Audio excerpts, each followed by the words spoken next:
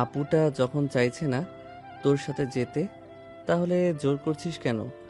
তোদের মতো ছেলেদের কারণে মেয়েরা বাইরে চলাচল করতে পারে না। মন তো চাচ্ছে তোর চোখের মণিগুলো বের করে নেই। এত সুন্দর মেয়ের সাথে এত সুন্দর। না, তোকে তোর ভাষায় বোঝাতে হবে দেখছি। রাজ কথাটা বলে সাইদও তার সাথে সবাইকে মারতে লাগলো। সাইদকে মেরে মাটিতে ফেলে রেখে রাজ নিতুকে নিয়ে সেখান থেকে চলে যায়। রাজ নিতুকে জিজ্ঞাসা করে, আপু, তুমি ছেলেটাকে চিনো? আমার বাবার বন্ধুর ছেলে। ওই ছেলে একটা খারাপ ছেলে। আপু, তুমি এখন বাসায় যেতে পারো। ধন্যবাদ ভাইয়া। নিতু চলে গেলে রাজও পেছনে ঘুরে যেই সামনে হাঁটতে যাবে তখন রিমি বলে, ওয়েট নায়ক সাহেব, নায়ক মানে?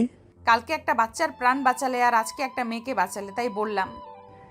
কালকে যেটা করেছে সেটা আমার দায়িত্ব ছিল, আজকে ও যা করছিস সেটাও আমার দায়িত্ব ছিল। বুঝলাম। আমি কি যেতে পারি এখন? আমি কি জড়িয়ে ধরেছি তোমায়?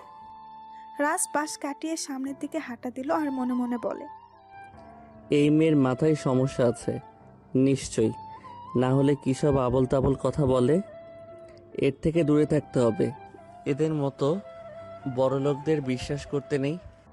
এইদিকে সাইদকে তার কয়েকজন সহযোগী হাসপাতালে নিয়ে যায়। কিছু সময় পর চিপি চলে আসে হাসপাতালে আর জিজ্ঞেস করে সাইদের এমন অবস্থা কে করলো। তখন সবাই কলেজের সবকিছু খুলে বলে। হঠাৎ করে জিপি এর ফোন বেজে উঠল।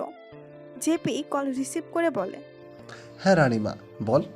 সাইদকে কল দিচ্ছি কিন্তু কল রিসিভ করছে না কেন? আর কাজের আপডেট কি? রানিমা, তোকে যে এখনই দেশে আসতে হবে রে। সাইদ আজকে গিয়েছিল নিতুর কলেজে, কিন্তু একটা ছেলে সাইদকে খুব বাজেভাবে মেরেছে আর ডাক্তার বলেছে সাইদ কমায় চলে গেছে। কি? কার এত সাহস যে আমার ভাইয়ের গায়ে হাত দেয়? ছেলেটার সম্পর্কে কেউ কিছু জানে না। আর শোন, আর 1 মাস পর মাইনিং ও পাথরের সবচেয়ে বড় টেন্ডার পাস হবে। আমাদের যা করার তা এখন থেকে শুরু করতে হবে। এখন থেকে চৌধুরী কোম্পানির ধ্বংস শুরু করতে হবে এবং ওদের থেকে সবচেয়ে বড় অ্যামাউন্ট আমাদের কাউন্ট করতে হবে। আমি আসছি বাবা, কালকে সকালেই আসছি। 20 বছর ধরে এই টেন্ডারটার জন্য এত কিছু করা, এটা আমাদের পেতেই হবে। শোন মা, হ্যাঁ বাবা বলো। আমি শুনেছি একটা নতুন কোম্পানিও নাকি টেন্ডার জমা দেবে। এখন বাজেট কত হতে হবে?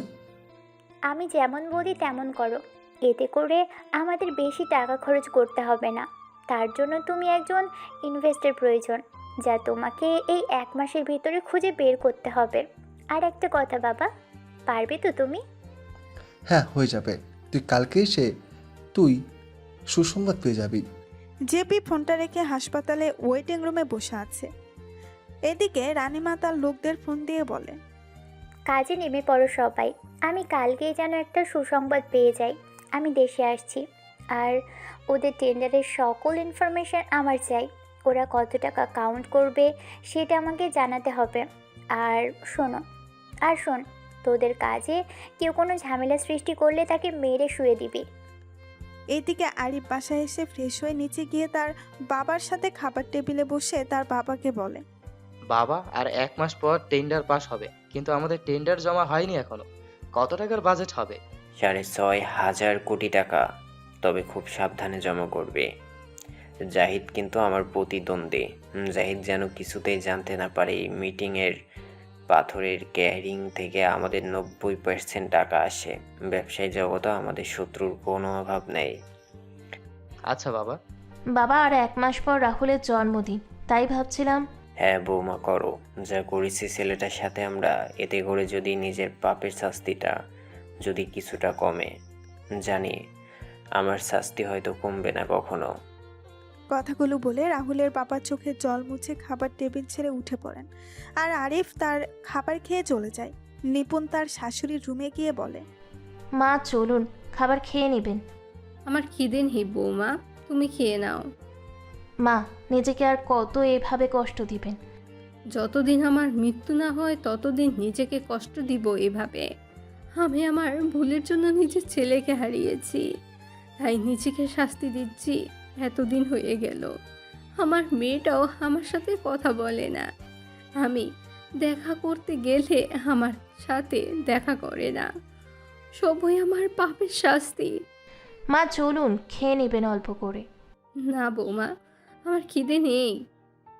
নিপুণ রুম থেকে বের হয়ে সোফায় বসে কল দিল নিপার নাম্বারে। কিছু সময় পর নিপা কল রিসিভ করে বলে, হ্যাঁ নিপুণ বলো। আপু কেমন আছেন? আছি ভালোই, তুমি কেমন আছো? আছি ভালো আপু। সৌরভ কেমন আছে? ভালো আছে আপু। আপু একটা কথা বলার ছিল। হ্যাঁ বলো। আপু আপনি যদি বাড়িতে আসতেন একবার। মা বাবা খাবার খাওয়া ছেড়ে দিয়েছে। বলতে গেলে মা বাবার শরীরের অবস্থাও ভালো না। আরিফ এখনই সব কিছুর দেখাশোনা করছে। নিপুণ সবকিছু জানার পরেও তুমি কি করে বলতে পারছো আমায়? আপু কি করব বলুন, মা বাবার কষ্ট সহ্য হচ্ছে না। রাহুলকে যে আমি নিজের ছোট ভাই মনে করতাম, কিন্তু আপু আর 1 মাস পর রাহুলের জন্মদিন। আপনি আসবেন তো? দেখি, ভালো থেকো। নিপুণ কল রেখে অল্প কিছু খাবার খেয়ে ঘুমিয়ে পড়ে। পরের দিন সকালে রাজ ঘুম থেকে উঠে নাস্তা করে পড়তে বসে। পড়া শেষ করে রেডি হয়ে কলেজের উদ্দেশ্যে বের হয় বাসা থেকে।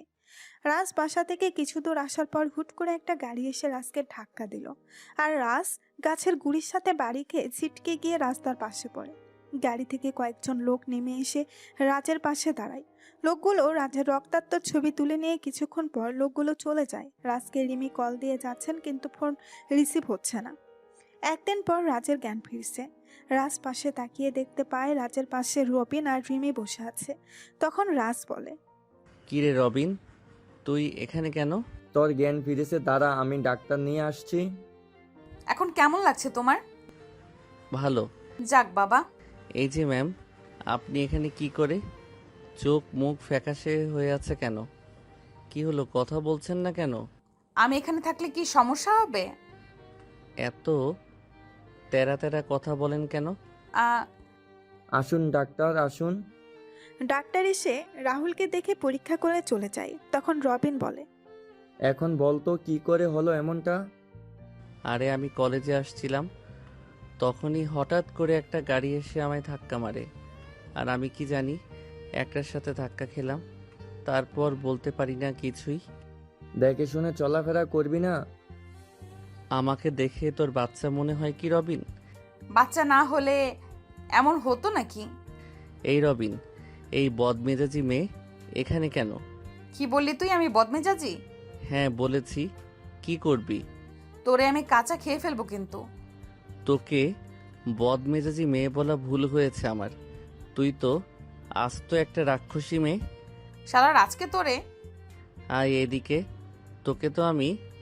এই চুপ, একদম চুপ। কি শুরু করেছিস তোরা বাচ্চাদের মতো? রাজরিমি না থাকলে কি হতো তোর? মানে উনি না থাকলে কি হতো? রবিন বাদ দে না।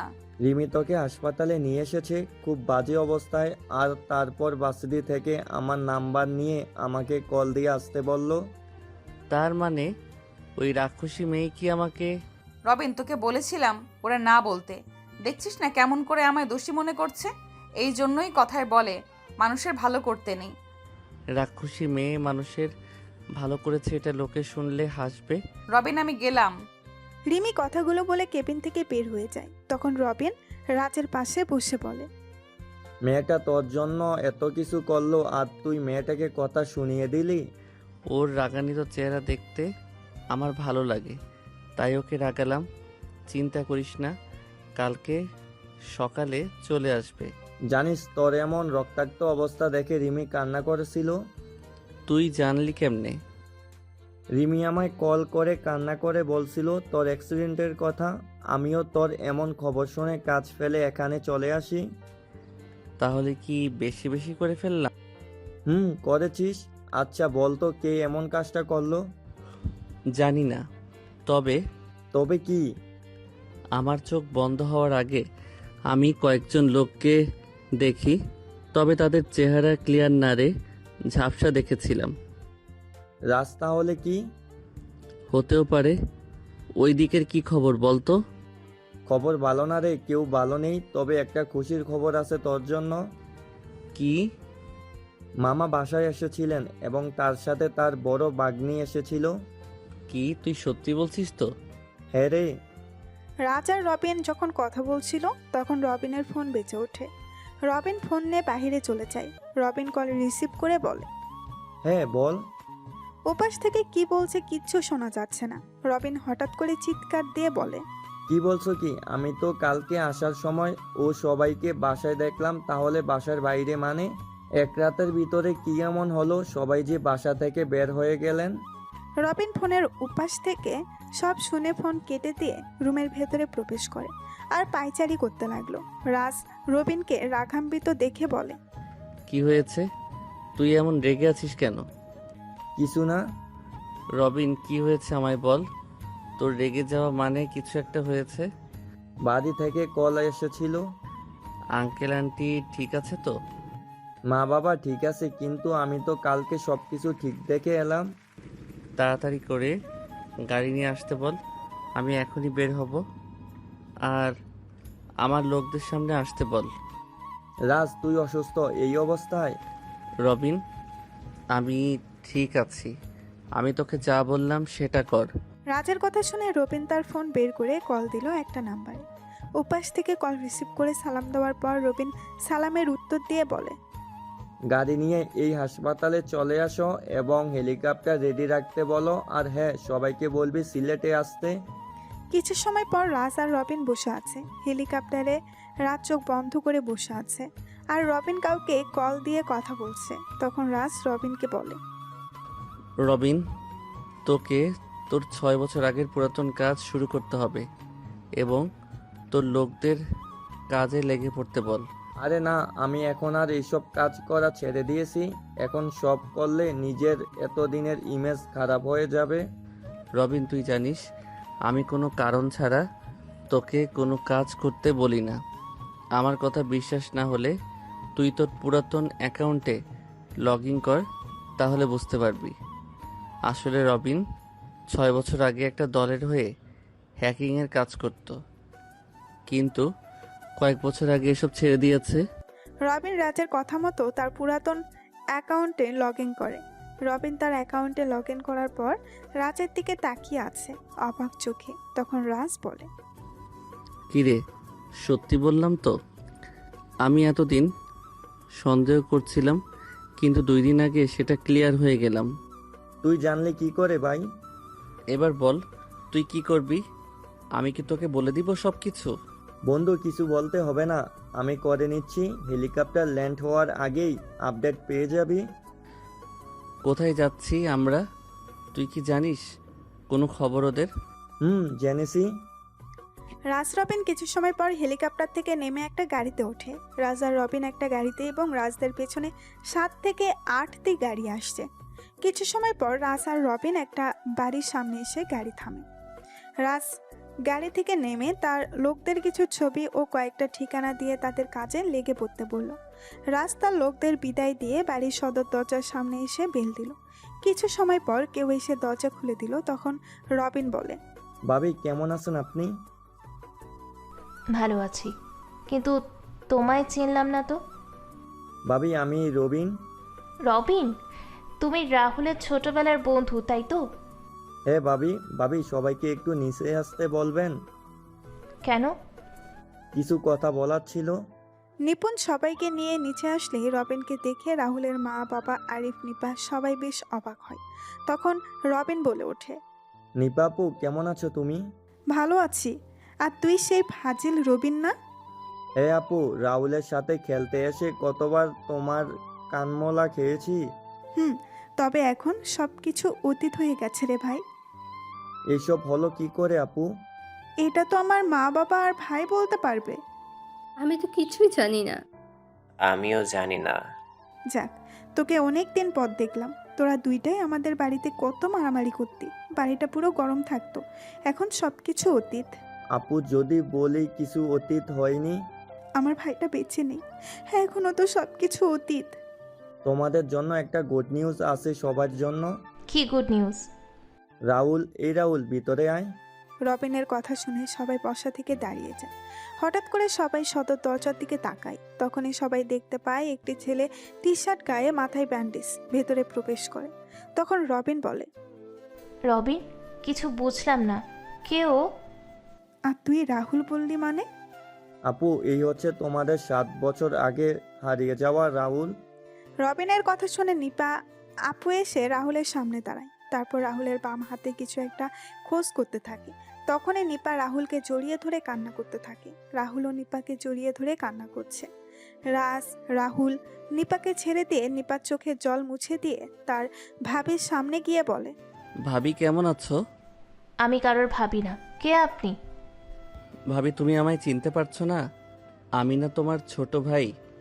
তুই যদি আমার ছোট ভাই হতি তাহলে কখনো আমায় ছেড়ে যাওয়ার কথা ভাবতি না। হয়েছে ডাক্তার, আফাদের এই ঘুষা করা মানায় না। আচ্ছা, আমার ভুল হয়েছে। আমি কি এখন তোমার পায়ে ধরবো? ধর। শখ কত, পারবো না। দাও আমার মাকে আমার কাছে দাও। ভাবির মেয়ের নাম জলি। রাহুল যখন নিপুণের পা জড়িয়ে ধরতে যাবে তখন নিপুণ রাহুলকে জড়িয়ে ধরে। রাহুলও তার ভাবিকে জড়িয়ে ধরে। রাহুল তার বাবা মায়ের সামনে গিয়ে বলে, মা বাবা কেমন আছো তোমরা? রাহুলের কথা শুনে মা বাবা কান্না করতে লাগলেন। রাহুল তার বাবা মাকে জড়িয়ে ধরে বলে, তোমরা কান্না করো না। তোমাদের চোখের জল যে আমার সহ্য হয় না। জানো না মা বাবার চোখের জল এলে ছেলে মেয়েদের ক্ষতি হয়? তোমরা চাও আমাদের ক্ষতি হোক? বাবা, তুই আমায় ক্ষমা করে দে। আমি যে অন্ধ হয়ে গিয়েছিলাম, যার জন্য তোর সাথে অমানুষের মতন আচরণ করেছি। মা, বললাম না আমার কিছু মনে নেই। আর তোমার এই কি হাল হয়েছে? খাওয়া দাওয়া করো না তুমি? বাবা, তোমারও দেখছি একই অবস্থা হয়েছে। তোর সাথে খারাপ ব্যবহার করেছি, তোকে বাসা থেকে বের করে দিয়েছি, তার জন্য আমরা এখন ঘর ছাড়া হয়েছি, নিজের পাপের শাস্তি পাচ্ছি এখন আমরা। বাবা, তোমার ছোট ছেলে এসে গেছে। তোমার বাড়ি, তোমার সব কিছু ফিরিয়ে দিব। চলো খাবার খাবো, খুব খিদে লেগেছে আমার। রাহুল, রিমি কল দিচ্ছে। কে রিমি? কেউ না। কি রে রবিন, সত্যি কথা বলবি না কানমলা খাবি? আরে খাবার দিবে না, জেরা করবে। তারপর সবাই খাবার খেতে বসে। খাবার খাওয়ার ফাঁকে নিপুণ বলে, রাহুল, তোর ভাইয়ার সাথে কথা বলবি না? হ্যাঁ, কথা তো বলতে হবে ওর সাথে। ও যে টাকার নেশে আসক্ত হয়ে গেছে, ওর টাকার নেশা থেকে ওকে ফিরিয়ে আনতে হবে। মানে কি বলছো কি রাহুল? টাকার নেশা মানে? ভাবি ও জাহিদ পারভেজের ছেলে সাইদের কাছ থেকে 5,000 কোটি টাকা ঋণ নিয়েছিল। টাকাগুলো ঋণ নিয়ে আবার ওদের কোম্পানিতে ইনভেস্ট করে, আর টাকাগুলো জাহিদ পারভেজ ও তার ছেলে মিলে আত্মসাৎ করে নেয়। ঋণের টাকা পরিশোধ করতে না পারায় ওদের চাপে পড়ে বাবার থেকে লুকিয়ে বাড়ির দলিলে সাইন করিয়ে নিয়েছে। আর এখন তোমরা ঘর ছাড়া। কি বলছিস তুই রাহুল? বিশ্বাস না হলে ওকে জিজ্ঞেস করো তোমরা। কি রে আরিফ, রাহুল কি ঠিক বলেছে? আসলে মা, আমি তোর হাতেই তো আমার টাকা পয়সা সব কিছু, তাহলে কেন তুই জাহিদের কাছ থেকে টাকা নিয়েছিস? তোর এখন এত কিসের টাকা প্রয়োজন? তোর টাকার নেশা এতটাই হয়েছে যে যার জন্য আমরা নিজের বাড়ি ছাড়তে হয়েছে। আচ্ছা, আমায় একটা কথা বলতো তুই, তাহলে কি টেন্ডারটাও কি তুই? ছি আরিফ, ছি। আর কত নিচে নামবে তুমি? টাকার নেশার কারণে তুমি আমাদের পথে নামিয়ে দিলে, এখন আবার আমাদের সব আশা ভরসা শেষ করে দিতে চেয়েছো?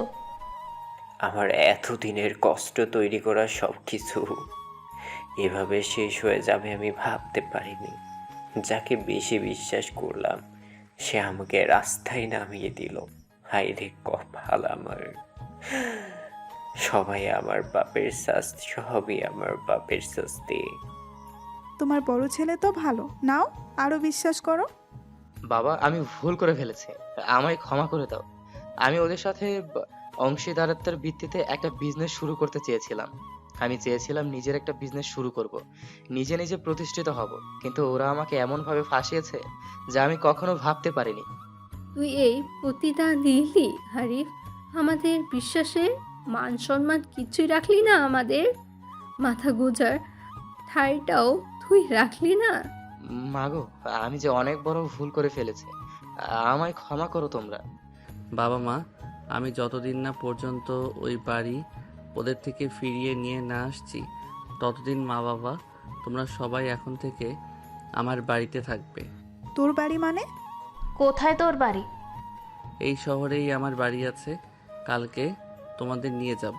আচ্ছা, আমরা তো তোর লাশ পেয়েছিলাম, তাহলে ওই লাশটা কার ছিল? মানে আমার লাশ পাবে কোথা থেকে তোমরা? আমি তো আমাদের সামনে দাঁড়িয়ে আছি। ওটা আমি বলছি আন্টি, আমি সেদিন এসেছিলাম রাহুলের সাথে দেখা করার জন্য, কিন্তু এখানে আস্তে আস্তে রাত 12টা বেশি হয়ে যায়। আমি বাড়ির ভিতরে প্রবেশ করে দেখতে পেলাম বাড়ির পিছনের রাস্তা দিয়ে কেউ বের হয়ে যাচ্ছে। আমি মনে করেছিলাম কোনো চোর হবে, তাই কিছুটা দূরত্ব রেখে পিছন পিছন যাচ্ছিলাম। হঠাৎ দেখতে পেলাম ব্রিজের লাইটের আলোয় এটা রাতুল।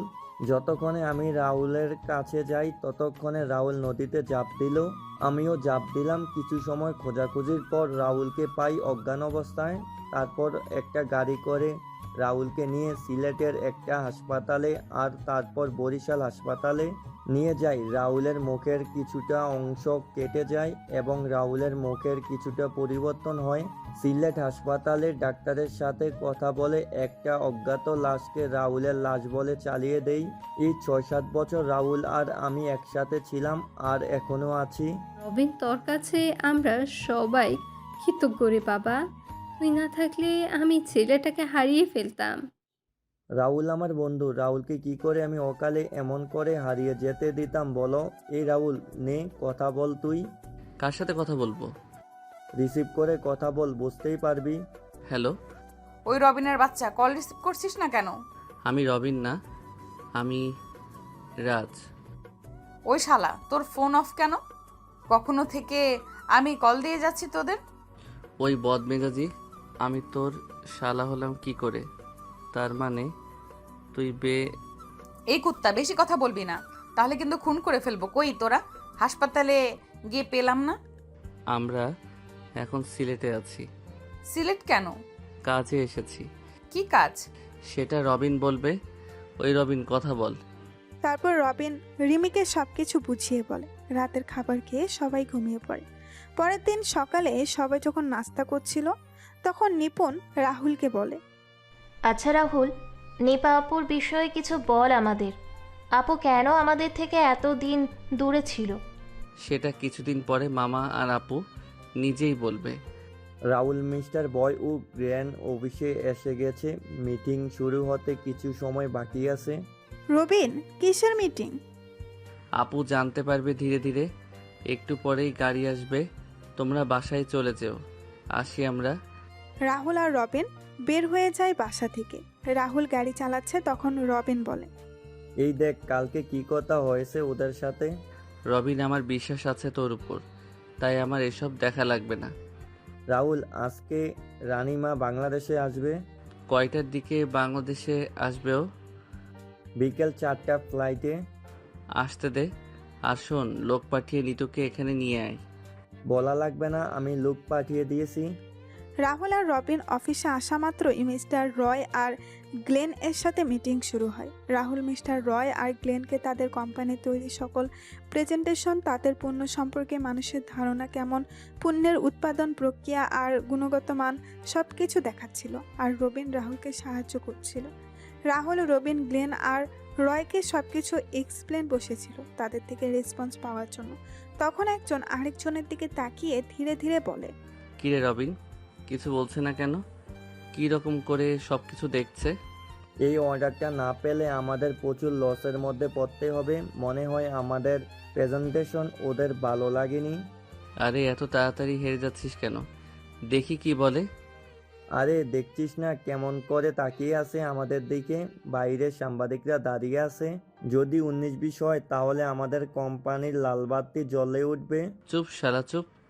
রাহুল আর রবিন বাসায় এসে সবার সাথে খাবার খাচ্ছিল। তখনই সবাই শুনতে পায় নিউজে বলছে, এই প্রথমবারের মতো বাংলাদেশের কোনো কোম্পানির সাথে রাশিয়ার মতো উন্নত দেশের টপ কোম্পানি লুকাইলাও কাজ করতে চলেছে। 40 বছরের বাংলাদেশের ইতিহাস এই অসম্ভব কাজটা সম্ভব করে দেখিয়েছে আর চৌধুরী কোম্পানি। এই অল্প সময়ে নিজেদের কাজের প্রমাণ দেখিয়েছে এই কোম্পানি। বাংলাদেশের সবচেয়ে সফল কোম্পানির তালিকায় প্রথম স্থান দখল করে নিল আর চৌধুরী কোম্পানি। নিউজটা দেখে রাহুলের বাবা বলেন, অনেক ইচ্ছা ছিল এই কোম্পানিটার সাথে কাজ করার, কিন্তু সেটা আর হলো না। কাজটা করতে পারলে আমরা এখন ওই আর চৌধুরীর কোম্পানির জায়গায় থাকতাম। বাবা, শুনেছি এবারে টেন্ডার ওই কোম্পানি জমা দিবে। আচ্ছা বাবা, যদি তোমার কখনো সুযোগ আসে তাহলে তুমি কি কাজ করবে ওদের সাথে? এসব কথা বলে কি আর লাভ হবে? এটা তো আর সম্ভব না। যদি সম্ভব হয় তুমি বলো করবে কি না। কেননা ওদের সাথে কাজ করতে পারলে নিজেকে অনেক সৌভাগ্যবান মনে করব। তৈরি থেকো কাজ করার জন্য। আর মিস্টার আরিফ চৌধুরী, নিজেকে শুধরে নিয়ে কাজে লেগে পড়ো। এটাই কিন্তু শেষ সুযোগ। সিঙ্গাপুর থেকে ফিরে কাজ করতে হবে কিন্তু অনেক। সিঙ্গাপুরে যাবে কেন? ভাবির সাথে সিঙ্গাপুরে যাবে। সিঙ্গাপুর যাব কেন আমরা? ভাবি আর কত করবে তুমি এই পরিবারের জন্য? আর কত নিজের ক্ষতি করবে? এবার নিজের দিকে তাকাও, নিজের মেয়েটার দিকে তাকাও। নিজের ক্ষতি করবে মানে? কি হয়েছে নিপুণের? ভাবি, তুমি বলবে না আমি বলবো? রাহুল, আমার কি ক্ষতি হবে? তুই কি সব বলছিস? আরে রাহুল, মজা করে বলছে কথাগুলো। ভাবি, আমরা সব কিছুই জানি। ভাবি, আমি সব জানি। ডাক্তার আঙ্কেল আমায় সব বলেছেন। কি হয়েছে নিপুণের? ডাক্তার আঙ্কেল কি বলেছে? আচ্ছা মা, তুমি জানো না ভাবির কি হয়েছে? ভাবি তো তোমার এই পরিবারের সবার জন্য কত কষ্ট করেছে। না তো, আমি তা জানি না। কি হয়েছে নিপুণের? মা, ভাবির ব্রেন টিউমার, যা ভাবি কাউকে বলেনি। বরিশালে একটা অনুষ্ঠানে আমার ডাক্তার আঙ্কেলের সাথে দেখা হয়। কথায় কথায় তার হাতে থাকা একটা ফাইলের দিকে আমার চোখ পড়ে, আর আমি ভাবির নাম ও ছবি দেখতে পাই। ডাক্তার আঙ্কেলকে জোর করলে আঙ্কেল বাধ্য হয়ে আমায় সব কিছু খুলে বলেন। সেদিন এমন একটা নিউজ শুনে আমার পায়ের নিচ থেকে মাটি সরে যায়। তারপর ডাক্তার আঙ্কেলের সাথে কথা বলে সিঙ্গাপুরে ভাবির অপারেশনের ব্যবস্থা করি, আর কালকে সকালে ভাইয়া আর ভাবি সিঙ্গাপুরে চলে যাবে। কিরে নিপুণ, রাহুল কি সত্যি বলছে? তুই কি আমাদের নিজের মা বাবা মনে করিস না? আসলে মা, বৌমা, এটা তোমার থেকে আশা করিনি। তুমি আমার থেকে এমন একটা রোগের কথা লুকিয়েছিলে। বৌমা, তুমি না একজন ডক্টর, তুমি তো জানো এই রোগের ভয়ানকতা। ভাইয়া, তুইও জানিস না? আচ্ছা, তুই কি মানুষ? নিপুণ, তুমি তো আমাকে কিছু বলনি। তুই না স্বামী? তাহলে তোকে বলতে হবে কেন? তোর শরীর খারাপ হলে ভাবি ঠিকই জানতে পারে, কিন্তু তুই? আচ্ছা, তুই কি কখনো স্বামীর অধিকার অর্জন করতে পেরেছিস? ছুটেছিস তো শুধু টাকার পিছনে, না পালন করেছিস স্বামীর দায়িত্ব, না বাবার দায়িত্ব। সেটা করবে কেন? টাকার পেছনে ছুটবে, কাকে কি বলবে সেটা জানে না। মা বাবার কারণে নষ্ট হয়ে গেছে পুরো। নিজের বইয়ের শরীর খারাপ এটা বুঝতে পারেনি। ও কি মানুষ? সবাই যখন কথা বলছিল তখনই বাসায় নিতু আর রিমি আসে। নিতু এসে তার বাবা মায়ের সাথে কথা বলে নেয়। রাহুলকে দেখতে পেয়ে নিতু বলে, ভাইয়া আপনি এখানে? তুই রাহুলকে চিনিস? রাহুল মানে? আরে ইনি আমাদের কলেজের সিনিয়র রাজ ভাইয়া। উনি সেদিন আমায় সাইদের হাত থেকে বাঁচিয়েছিলেন। ভাইয়া না থাকলে সাইদ আমার সাথে সেদিন কি করতো একমাত্র সৃষ্টিকর্তাই জানেন। না রে মা, ওই হচ্ছে আমার হারিয়ে যাওয়া রাহুল। কি ওই সাইদের সাহস হলো কি করে তোর গায়ে হাত দেওয়ার? আমি তো ওই সাইদকে। এই যে এখন শুরু হলো তার নেতাগিরি। ভাইয়া শান্ত হ। সাইদকে আমি মেরেছি, এরপর সাইদ আর কিছু করতে পারবে না। সাইদ এখন কোমায় আছে, এত সহজে আর ফিরবে না। ভাইয়া মানে? তোর কি এখনো বিশ্বাস হচ্ছে না আমি রাহুল? আমার কেমন যেন গুলিয়ে যাচ্ছে সব কিছু। আয় আমার পাশে, না হলে কান টেনে হাতির মতো লম্বা করে দিব। ভাইয়া। নিতু রাহুলকে ভাইয়া বলে জড়িয়ে ধরে। রাহুল নিতুর সাথে কথা বলছিল, তখনই সবার নজরে পড়ে রিমির দিকে। তখন নিপা আপু বলে, নিতু ওকে? রাহুল, আমি বলবো কি? আমি বলছি, আমিও হলাম রিমি। আমার বাড়ি বরিশালে। আমি রবিন আর রাজ একই কলেজে একই ডিপার্টমেন্টে পড়ি। নিপুণ একসাথে পড়ো মানে? কি ব্যাপার দেবর রাজ? নিজেকে প্রতিষ্ঠিত করতে গিয়ে ভাবি আর পড়া হয়নি, তাই আমি আর রবিন মিলে আবার পড়া শুরু করি। আর তখনই রিমির সাথে পরিচয়। নিপুণ, এবার তাহলে তোমার সঙ্গী আসতে চলেছে এই বাড়িতে। আমাদের তাহলে পছন্দ হয়েছে। তাহলে কি রাহুল আমি ঘটকের দায়িত্ব পালন করতে পারি? অনেক হয়েছে, আমাকে কথা বলতে দাও ওর সাথে। এইদিকে আসো মা, তুমি আমার পাশে এসে বসো। মা কি বলছো তোমরা? তোমরা যা ভাবছো সেটা সত্যি না। তাহলে কি সত্যিটা আমি বলবো রাত 12টা? রবিন চল তো, অনেক কাজ আছে এখন। আপুর বিয়ে কি? শাল্লা চল তো। রাহুল রবিনকে নিয়ে বাইরে এসে ইচ্ছে মতো মারতে লাগলো, আর রবিন বাচ্চারা চিৎকার করছে। তখনই হঠাৎ করে রাহুলের ফোন বেজে ওঠে। রাহুল ফোন রিসিভ করতেই শুনতে পেল। কেমন আছো জানেমান? কে বলছেন? এত তাড়াতাড়ি ভুলে গেলে আমায়? তোমার এক্স গার্লফ্রেন্ড। আমার এক্স দিয়া। যাক, মনে আছে আমায় তোমার। মনে থাকবে না? তোরা তোর বাপের থেকে অনেক হিসাব তুলতে হবে যে। দেখা করবে আমার সাথে?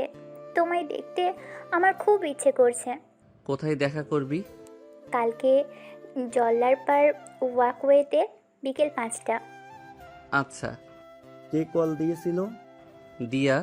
কোথায় যাবি?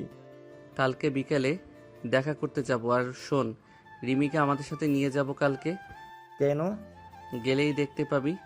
খাঁচা ভেঙে পাখি উড়ে গেছে রে। অন্য ডালে সুখ না পেয়ে আবার খাঁচায় ফিরে এলো রে। আহারে আহারে। তুই গান গাইছিস? কালকে তুইও সেখানে একটা জিনিস দেখে গান গাইবি, দেখে নিস। রাহুল আর রবিন কিছু সময় কথা বলে বাসায় চলে আসে। সবাই একসাথে খাওয়া দাওয়া করে যে যার যার রুমে গিয়ে ঘুমিয়ে পড়ে। পরের দিন সকালে সবাই নাস্তা করে নিল। তারপর রাহুল, রবিন, আরিফ আর নিপুণকে নিয়ে রওনা দিল এয়ারপোর্টের উদ্দেশ্যে। রাহুল সমস্ত ফর্মালিটি শেষ করে যখন আসতে যাবে, তখন নিপুণ রাহুলকে বলে, রাহুল ভাই আমার, আমি যদি আর ফিরে না আসি তাহলে আমার মেয়েটাকে দেখে রাখিস। ভাবি তুমি কি বলছো এসব? তোমার কিছু হবে না, তুমি সুস্থ হয়ে যাবে। তোমার মেয়েকে তো তুমি দেখবে। আমি ডাক্তার, আর আমি জানি আমি কোন পর্যায়ে আছি। ভাবি তুমি সুস্থ হয়ে যাবে। তুমি যদি ভেঙে পড়ো তাহলে কি করে হবে বলো? তুমি নিজেকে শক্ত রাখবে। আর নিজের মেয়ের জন্য তোমায় বাঁচতে হবে, তোমার স্বামীর জন্য বাঁচতে হবে, আমাদের এই সংসারের জন্য তোমায় বাঁচতে হবে। ওই হাদারাম দেখে রাখবি, কোনো সমস্যা হলে কল দিবি। আর আমার মা টাকে দেখে রাখবি। মনে হচ্ছে বউ বাচ্চা তোর। আরে ভাই, আমি আছি তো দেখার জন্য। ভাইয়া তোর বাইকে বিয়ে দিয়ে দাও। চুপ শালা, সাবধানে যাবে। এয়ারপোর্ট থেকে রাহুল আর রবিন অফিসে চলে যায়। বিকেলবেলা রাহুল আর রবিন বাসায় এসে খাওয়া দাওয়া শেষ করে কিছু সময় রেস্ট নিয়ে রেডি হয়ে নেয়। রাহুল রবিনকে বলে, রিমিকে নিয়ে আয় তুই, আমি গাড়িতে আছি। আমি নিয়ে আসবো? হ্যাঁ তুই নিয়ে আয়, আমি গেলাম। রাহুল গাড়ির কাছে গিয়ে ফোন বের করে, কাউকে কল দিয়ে কথা বলছে। কিছু সময় পর রবিন আর রিমি বাসা থেকে বের হয়ে আসে। রাহুল কথা বলা শেষ করে ইশারা করে গাড়িতে বসার জন্য। রিমি, রবিন গাড়িতে বসলেই রাহুল গাড়ি চালানো শুরু করে। তখন রিমি বলে, কোথায় যাচ্ছি আমরা? কাজে যাচ্ছি। মিথ্যা বলছি কেন, সত্যিটা বল। কি সত্যি? রাহুল তার এক্স গার্লফ্রেন্ডের সাথে দেখা করতে যাচ্ছে। কি ওই বজ্জাতেরও গার্লফ্রেন্ড ছিল? কেন আমার গার্লফ্রেন্ড থাকতে পারে না? না তোমার মতো রাক্ষসী থাকবে? রবিন, আমি কি কোনো বজ্জাতের সাথে কথা বলছি? আমার বিষয়ে কথা বলছে, আবার বলছে আমার সাথে কথা বলছে না। রিমি আর রাহুলের ঝগড়া শুনে রবিন মিটমিট করে হাসছে। তখন রিমি বলে, শালা মন চাচ্ছে তোকে জেলের। ওই শালা হাসছিস কেন? হাসি থামিয়ে গাড়ি থেকে নাম। রাহুল, রবিন, রিমি গাড়ি থেকে নেমে ওয়ার্ক ওয়েতে হাঁটাহাঁটি করছিল। তখনই দেখতে পায় দিয়া আসছে। দিয়া এসে রাহুলকে জড়িয়ে ধরে বলে, কেমন আছো জানেমান? কতদিন পর তোমায় জড়িয়ে ধরলাম বলো তো। আহ, কি যে শান্তি পাচ্ছি আমি। 6 বছর 6 মাস 6 দিন পর। বাহ, তুমি মনে রেখেছো দেখছি। মনে তো রাখতেই হবে। রাহুল দিয়াকে তার কাছ থেকে ছাড়িয়ে নিল, আর রিমি চোখ গরম করে দিয়ার দিকে তাকিয়ে আছে। দিয়া রিমির দিকে তাকিয়ে বলে, মেয়েটা কি তোমার? আমরা একসাথে পড়ি, আর মেয়েটাকে তুমি ভালো করে চিনো। আচ্ছা তাই নাকি? তা কে মেয়েটা? সেটা একটু পরে জানতে পারবে। বলো কি বলতে চাও তুমি? জানেমান, তুমি তো মাস্টার স্ট্রোক গেম খেললে আমাদের সাথে। বুদ্ধি করে নিজের বোনকে বাঁচিয়ে নিলে, এখন আবার পরিবারকেও বাঁচিয়ে নিতে চাইছো? মাস্টার রানীর সাথে ছিলাম, তাই শিখে গেছি। বাহ, ভালোই তো স্মার্ট হয়েছো দেখতে পাচ্ছি। সবই তোমার জন্য জানেমান। মন চাচ্ছে তোমায় এখন আই লাভ ইউ বলি। তোমার সাথে দেখা না হতে পারে জানেমান। মানে? চোরের 10 দিন আর সাধুর 1 দিন, কথাটা মনে আছে তো তোমার জানেমান? দিয়া কিছুটা সময় চিন্তা করে রাহুলকে উদ্দেশ্য করে বলে ওঠে, তোর সাথে পরে কথা হবে, আর সেটা হবে। Wait জানেমান wait. রিমি, তোমরা যেই রানিমাকে খুঁজছিলে এই হলো সেই রানিমা। কি? হ্যাঁ, প্রমাণ দেখতে চাও তুমি? হ্যাঁ। ওর হাতে 3 স্টার ট্যাটু আর ঘাড়ের পিছনে রানিমা লেখা আছে। রিমি গিয়ে দিয়ার হাত চেক করতেই রাহুলের কথা মতো সব কিছু দেখতে পায়। আর তখনই রিমি তার পেছন থেকে পিস্তল বের করে দিয়ার মাথায় তাক করে। তখনই পুলিশ ও আর্মি সদস্যরা ঘিরে ফেলে চারিদিক। তখন রাহুল বলে, জানেমান কেমন দিলাম? বলেছিলাম এই দেখাই আমাদের শেষ দেখা হবে। তুই জানলি কি করে আমি যে রানিমা? কারণ আমি আজ থেকে 6 বছর আগে তোর হাতে এবং ঘাড়ের পিছনে রানিমা লেখা দেখেছিলাম। আর তুই যেদিন তোর বাবার সাথে কথা বলছিলি সেদিন আমি তোর বাবা ফোন ট্যাপ করে সকল কথা শুনে নেই। আমার অপরাধ কি? ড্রাগস ডিলার ও কন্ট্রাক্ট ডিলার রানিমা, আপনার অপরাধ কি আপনি জানেন না? আর এই মেয়ে কে? এই হলো Interpol senior officer Nirmita Chowdhury, Rimi. ধন্যবাদ বজ্জাত। কি বললে? বন্ধু, আমার গান গাইতে ইচ্ছে করছে। শালা, তোর গান গাইতে মন যাচ্ছে এখন? ওরে বেইমান, রাহুল কোন গানটা গাইবো? তোর ইচ্ছে? কাঁচা ব্যাঙে পাখি উড়ে গেছে রে, অন্য ডালের সুখ না পেয়ে আবার খাঁচায় ফিরে এলো রে। আহারে আহারে, অফিসার নিয়ে যান। শালা, তোরে তো। আয় তরে ভিতর নিয়ে যাই তো। সরি, তো চলুন মিস দিয়া ওরফে রানিমা। রাহুল বসে হাসতে শুরু করে। তখনই রবিন এসে রাহুলের কাঁধে এসে হাত দিল। রাহুল ও রবিনকে নিয়ে বাসায় চলে আসে। খাবার টেবিলে নিউজটা সবাই দেখতে পায়। তখনই নিতু বলে, ভাইয়া, সেদিন কি দিয়া আপু তোর সাথে কি করেছিল? হ্যাঁ ভাই, বলো কি করেছিল তোর সাথে? সেদিন আমি রুমে বসে ফোনে গেম খেলছিলাম। দিয়া আমার সাথে কিছু কথা বলে চলে যায়। আর গেম খেলার সময় কারোর সাথে কথা বললে ও আমার চোখ ফোনের স্ক্রিনে। হঠাৎ করে দিয়া এসে আমায় জড়িয়ে ধরে আমার মুখে শরীরে খামচাতে শুরু করে। আমি কিছুই বুঝে উঠতে পারছিলাম না। তখন দিয়া নিজের জামা ছিঁড়তে শুরু করলো আর চিৎকার করতে লাগলো। কিছু বলার আগেই মা বাবা ভাইয়া রুমে আসে। আর দিয়া গিয়ে বাবা মাকে মিথ্যে কথা বলে ন্যাকা কান্না করতে লাগলো। বাবা মা ভাইয়া আমার কথা না শুনেই আমায় মারতে লাগলো। হঠাৎ করে দিয়া এমনটা করলো কেন? দিয়া আমাকে ভালোবাসতো, আমাকে প্রপোজ করে, কিন্তু আমি না করে দেই। এর বদলা নিতেই ও এমন একটা কাজ করে। সেদিন আমি মা বাবাকে বলেছিলাম ভাইয়ার কথাটা শোনো, কিন্তু তারা তো নিজের ছেলের থেকে পরের মেয়েকে বেশি বিশ্বাস করলেন। আর এখন শুনতে পাচ্ছ তো তোমরা। এভাবেই চলে যায় কিছুদিন। নিপুণের অপারেশন ভালোভাবে সম্পন্ন হয়েছে। নিপুণরা আসতে চেয়েছিল, কিন্তু রাহুল বলেছে কয়েকদিন সিঙ্গাপুর থেকে ঘুরে আসার জন্য। কালকে মাইনেক ও পাথরের টেন্ডার পাস হবে। এই নিয়ে রাহুল ও রবিন তার বাবার সাথে কথা বলছে। বাবা কালকে রেডি থেকো, এক জায়গায় যেতে হবে। কোথায় যাব? সকালেই জানতে পারবে। এদিকে জাহিদ পারভেজ জিপি দিয়ার সাথে জেলে কথা বলছে। বাবা, কাজ কি এগোচ্ছে? হ্যাঁ রে মা, আমার কথা হয়েছে। ওরা 55% আর আমরা 35%। এটা পেয়ে গেলে আমি বের হয়ে ওই রাহুলের পরিবারকে শেষ করে দিব। হ্যাঁ রে মা। সাইদের কি খবর? সাইদ এখনো কমায় রে মা। চিন্তা করো না। সবাই বসে আছে ম্যাজিস্ট্রেটের অফিসে আর অপেক্ষা করছে কারা টেন্ডার পেয়েছে সেটা জানার জন্য। জাহিদ এবং তার লোকেরা নানান কথা বলছে। রাহুল আর তার বাবা আর রবিন মুখটা কালো করে বসে আছে। কিছু সময় পর ম্যাজিস্ট্রেট বলেন, এইবারের টেন্ডার পাওয়ার জন্য অনেকেই টেন্ডার জমা দিয়েছেন, কিন্তু টেন্ডার পেয়েছে একটা কোম্পানি। যেই কোম্পানি টেন্ডার পেয়েছে তার নাম হলো নীলা গ্রুপ অফ কোম্পানি। সবাই নামটা শুনে বেশ অবাক হয়ে যায়। তখনই সবাই সামনে তাকিয়ে দেখতে পায় নিপা, নিতু আর নীলা চৌধুরী আসছে। রাহুলের বাবা তো এটা দেখে বেশ অবাক হন। সমস্ত ফর্মালিটিস শেষ করে রাহুল সবাইকে নিয়ে বের হয়। রাহুল জাহিদ পারভেজকে বলে, এতদিন চুরি বাটপারি করে অনেক টাকা খেয়েছে, কিন্তু এখন আর না। এবার সব টাকা উসুল করে নিব। তুই যেভাবে দলিলে বাবার সাইন নিয়েছিলি ঠিক সেইভাবে আমি নিয়ে নিলাম। তুই আমার নানিকে মেরে আমার উপর দোষ দিয়েছিলি, আর আপু সেটা দেখে নেওয়াতে আপুকে মারার জন্য উঠে পড়ে লেগেছিলি। কি বলছিস কি রাহুল? মা তো পানিতে ডুবে মারা গিয়েছিলে, তাহলে? না মা, ওই জাহিদ পারভেজ আমার চোখের সামনে নানিকে গলা টিপে মেরেছিল।